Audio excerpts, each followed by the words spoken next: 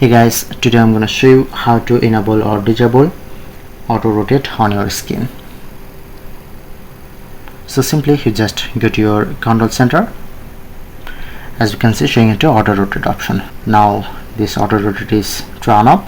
When I press on, now enable to auto rotate.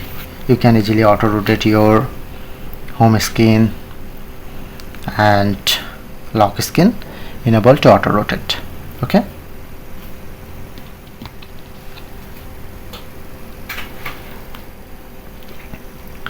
Go to your control center, and if you want to turn up auto rotate, press on to turn up auto rotate and long press, showing it to auto rotate option.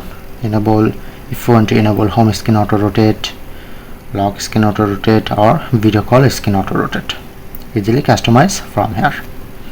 Overall set, press on done. Now enable auto rotate, disable auto rotate.